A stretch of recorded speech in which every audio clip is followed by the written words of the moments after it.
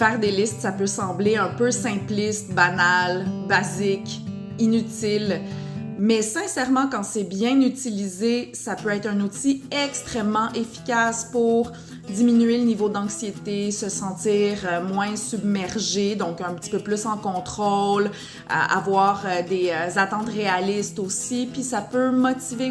Premier effet qu'une liste peut avoir, c'est d'alléger l'esprit. Quand vous avez plein d'idées à la seconde ou des pensées intrusives, mettez toutes vos idées en vrac, en mode remue-ménage, là, sans censure, sur papier. Comme les idées sont inscrites quelque part, vous les perdez pas. Donc, ça a quelque chose de rassurant. Une fois que vous avez sorti toutes les idées en vrac comme ça, vous pouvez, et je vous invite fortement à le faire des catégories en termes de qu'est-ce qui est urgent, qu'est-ce qui est important et qu'est-ce que je peux reporter dans le futur.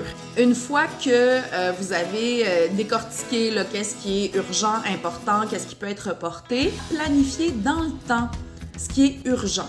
Donc, vous asseoir avec un agenda, un calendrier, vous mettre une date limite et même mettre des dates avec chacune des étapes à accomplir pour pouvoir compléter la tâche ou atteindre l'objectif. Vous pouvez même planifier dans le temps le fait de revoir votre liste. Une fois que ce qui est urgent est fait, vous pouvez vous dire, OK, dans une semaine, je m'assois et je regarde les items importants sur ma liste pour vraiment toujours vous rassurer de savoir que ça va être adressé. Vous allez vous en occuper. Pas ici maintenant. Donc ça vous permet de focaliser vraiment plus sur ce que vous êtes en train de faire. Maintenant, pour les personnes qui ont plus des affects dépressifs, on va encore décortiquer c'est quoi la prochaine étape à faire, mais vraiment, le critère principal pour faire votre liste, c'est quoi la plus petite chose que je me sens capable de faire et qui est réaliste.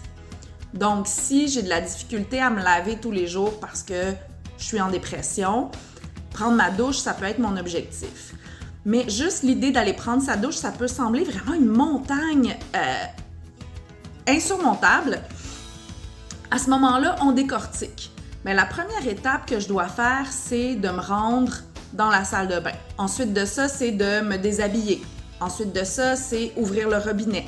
Donc vraiment là, il y a les petits morceaux, mini-morceaux par mini-morceaux et de jamais s'imposer que si je parviens à faire une première étape, je dois absolument faire les autres.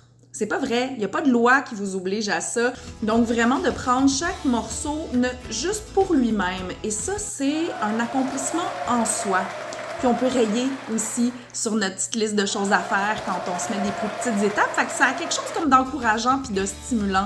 Quelque chose qui peut aider à utiliser l'outil liste parce que c'est bien beau de se dire je vais faire une liste, mais est-ce que j'ai du matériel accessible pour ça? Qu'est-ce qui peut me motiver à le faire?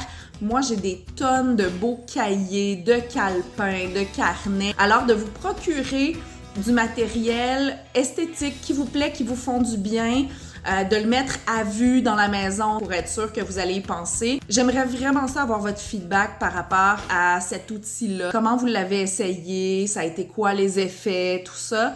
Alors, j'aimerais vraiment ça que vous me reveniez là-dessus dans les commentaires.